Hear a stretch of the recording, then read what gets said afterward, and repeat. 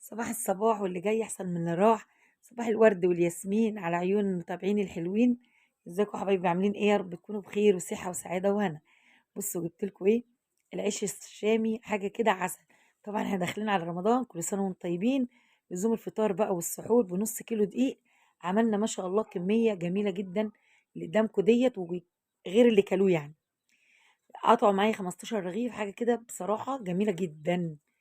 بنص كيلو دقيق، كوباية لبن، وربع كوباية مية، ومعلقة خميرة ومعلقة سكر وما شاء الله هنسمي الله ونصلي على الرسول ونشوف ام اسلام عملته ازاي مطقطق. السلام عليكم. هنا بص يا حبايب قلبي، هنا عندي كوباية مية دافية وكوباية لبن دافية. طبعا مش هنستخدم المية كلها. وعندي نص كيلو دقيق ومعلقة خميرة كبيرة كده. ما شاء الله اللهم بارك. مش هنحتاج المية كلها، احنا هنبقى مع بعض عشان اعرف هنحتاج قد ايه. المية نركنها على جنب كده. وهنا عندي الطاجن ده يا ولاد حاجة كده جميل، جايباه ب20 جنيه. قلت بقى عشان في رمضان اعمل فيه رز المعمر وحاجة كده تبقى سكر. طلعت عن الموضوع، معلش سامحوني. هنا هنحط معلقتين سكر كده كبار، وكوباية اللبن دافية وكوباية الخميرة، واقلبها جامد جامد جامد لحد ما الاقيها تتجانس مع بعضها عشان الخميرة تتفاعل. اهم حاجة يا ولاد اللبن يكون دافي مش سخن عشان ما يفسدش الخميرة. ماشي كده. وهنا هنحط بقى معلقتين زيت كبار كده. ما تكتري الزيت عشان ما تحولهاش لقرص، احنا عايزينها عيش مش عايزينها قرص. تمام كده، اي ماده دهنيه هتزيد هتحول معاكي القرص. هنا معلقه خل كبيره كده. ما شاء الله اللهم بارك. اقلبهم برده جامد جامد. وهنزل بقى ما شاء الله بالدقيق زي ما انتم شايفين كده وايديا. طبعا نجاح العجينه في عجنها، تعجنيها عجنه كويسه. عشان هنا معلقه بيكنج باودر، انا عندي هنا الكيس كان ناقص يعني ما كانش كامل حبه فيه. ما شاء الله هعجن فيه جامد كده لحد ما شاء الله. هحط بس ميه بسيط وهنشوف هتاخد قد ايه. يعني نص كيلو دي بس. بقى اقول لكم حاجه، السوائل بتختلف من نوع دقيق لاخر. في دقيق بياخد سوائل، في دقيق لا. هنا بص انا بحط بق بق، ما تزوديش عشان ما تطرش منك. احنا عايزين عجينه على قد كده يعني متماسكه، يعني مش جامده ولا يعني طريه. عايزينها حلوه كده جميله، يعني ايه فيها التلزيقه البسيطه. بص انا بص خدت ايه، تلت كوبايه الميه. يعني كوبايه لبن وتلت كوبايه ميه. طلعي بقى، بصي حيلك كله فيها. اعجنيها لحد ما تخلي العجينه لها عرق. كل ما يبقى لها عرقه تبقى جميله معاكي وهتبقى اللقمه اصلا نفسها بتاعت العيش جميله جدا. نجاح اي معجنات طبعا عجنها. اللهم صل وسلم وبارك عليك يا حبيبي يا رسول الله. كده نعجن فيها جامد جامد كده لحد ما تحسي ان العجينه بقت قدامك قطنيه، يعني فاهمه. بصوا ما شاء الله عرقها قوي ازاي. اللهم صل وسلم وبارك عليك يا حبيبي يا رسول الله. حطوا اللايك حبايب قلبي. طبعا الفيديوهات واللايكات واقعه عندي جدا. فطبعا انا قناتي مش هتترفع الا بيكم ومعاكم اخواتي وحبايبي. حطوا اللايك والتعليق الجميل اللي زيكم. هنا هجيب الطاجن اهوت واحطها فيه. واحط حبه زيت بس على وشها كده، مش هغرقها. كده مسحه بس عشان الوش ما يعملش قشره، يعني ايه، يعني يعمل يقشف بالبلدي. فطبعًا هنغطّيها بقى بكيس بلاستيك زي كده، أي كيس تلاجة عندِك أي حاجة. والحتّة ديّة بُصّوا، أنتم عارفين إن أنا طبعًا باخيّط ملايات والكلام ده. الحتت اللي زي كده باعملها over وباركنها، أغطّي بيها عجين تنفعني في المطبخ. أسيبها بقى تخمر مع نفسها. هنا اللهم بارك، بُصّوا ما شاء الله اللهم بارك. الطواجن دي لعلمكم بتنفع في العجين يا ولاد برضه جميلة. هنا أفش خمرها بقى والمّها لمّة تمام وأقطّعها. هنا العيش دوّة بقى جميل جدًا وعملي جدًا في أيام رمضان كمان وفي أي وقت. يعني أنا أوقات كتير كنت ما بيبقاش عندي عيش بالليل، بس الدقيق موجود عندي، والاقي مثلًا الفرن مش لاقي حد يجيب لي، أعجنه ما شاء الله واخمّره، باولّع الفرن ويسخن واقوم حاطة فيه العجين يخمر بسرعة جدًا. أكون مغطياه وبيخمر يعني ما بيغيبش مني. بُصّوا ما شاء الله هنا هابدّر دقيق واقطّعها. تقطّعي الكورة قد اليوستفنداية كده. شُفتِ اليوستفندي؟ ما تعمليش قد الليمونة هتبقى صغيرة أوي.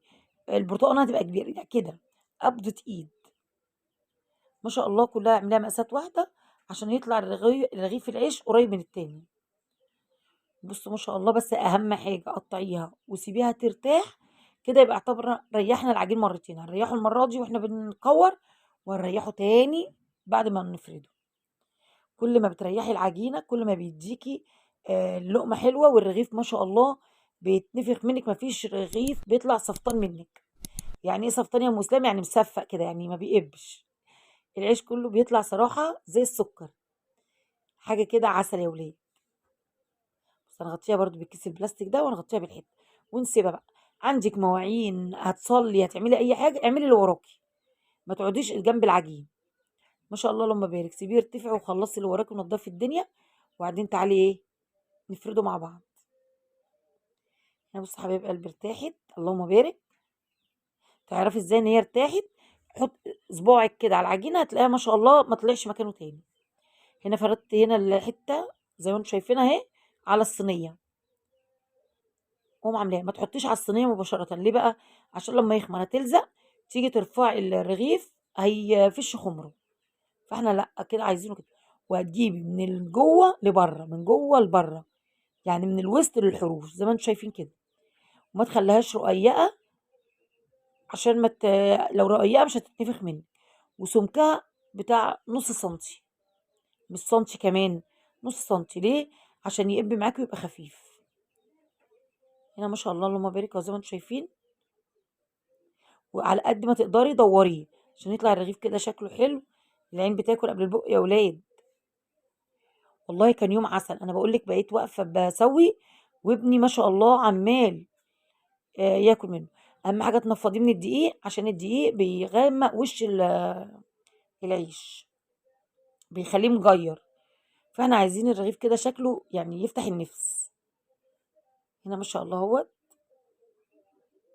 وممكن تفرديها بايديك تبططيها، يعني مش شرط اللي ما عندوش نشابه وما عندوش ديت يعمل بايديه. هي العجينة مش مستحملة ما شاء الله، طرية وجميلة يعني. أهم حاجة إحنا بننفّض عشان ما يبقاش في دقيق. نرص بقى واحدة جنب واحدة جنب واحدة ونغطيه وندفيه. زي ما أنتم عارفين كده، حطيت تحت وفوق أهو. أمّا آجي أسوي بقى هاخد منين؟ هاخد من أول ما واحدة عملتها عشان تبقى كويسة، تبقى خمرت وارتاحت أكتر. هنا ما شاء الله بقى أنضّف الرخامة كده. طول ما أنا واقفة باحب إيه، شُفتوا بتوع البلدية يا ولاد، أنا باحب كده أنضّف حواليّا. اللهم صل وسلم وبارك على سيدنا محمد. بس بصراحة أقسم بالله كان مخلّي ريحة الشقة عندي أكني، بُصّوا خِمر هنا ما شاء الله اللهم بارك، كان أكني باخبز خبزة كبيرة، يعني مش نُص كيلو دي ولا حاجة. هنا بُصّوا حاطة الطاسة وما شاء الله على نار واطية، يعني مش واطية أوي ولا عالية. وتسخّني الطاسة قبل ما تحطّي فيها الرغيف. بُصّوا ما شاء الله اللهم بارك أهو. أنا بقى عشان متعودة على الخبيث فباقلب العيش بإيديّا عادي. طبعًا متنفخ من جنب وجنب لأ، تتّكي على الجنب المنفوخ عشان ينفخ التاني. بُصّوا حاجة كده يا ولاد سُكّر. باقول لكم كان أحفادي وابني واقفين الرغيف اللي يطلع ياكلوه. طب أنا هاصوّر إيه يا ولاد؟ مش عارفة. بتهيّن عليَّ أعجن تاني عشان أعرف أصوّر. بس بصراحة حاجة كده سُكّر يا ولاد. اللهم صل وسلم وبارك على سيدنا محمد. وأنتِ بتنقليه من الصينية للطاسة حافظي عليه عشان لو يعني اتعافيتِ عليه هيفش خُمره منِّك ومش هيقِب. إحنا مش عايزين كده، عايزينه بُصّوا على الهادي. تنقليه بالراحة كده وما شاء الله وتلفيه في الطاسة كده معاكِ. بُصّوا هنا ما شاء الله. استني، أنا الكاميرا أهي. بُصّي بيتنفخ حتّة جنب إزاي، جنب، جنب أهو. كل ما تعمليه كده بالسباتشولا بيتنفخ الجنب اللي قصاده أهو. تخلّي الهوا السخن يفتح في العيش ما شاء الله اللهم بارك. يعني ما غِبتش، ما خدتش في سواب بالضبط تِلت ساعة. طبعًا أنتِ تعلّي النار على الطاسة أول ما بتحطّي، وبتسخّنيها أوي وبعدين توطّي، وتبتدي تحطّي العيش. ما تعمليش على نار عالية. بُصّوا إيه الجمال والحلاوة دي.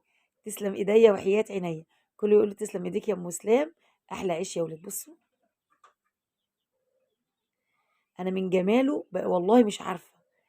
ويا ريت، يا ريت كان عندي جبنة بقى والّا كان عندي طعمية والّا كان عندي حاجة بالليل. ده كان بالليل والله، كانت الساعة 02:30 كده. لو كان كده كنت عملت أحلى ساندوتشات. يالّا مش إشكال، فطرنا بيه الصبح. يالّا أسيبكم في رعاية الله، والسلام عليكم ورحمة الله وبركاته.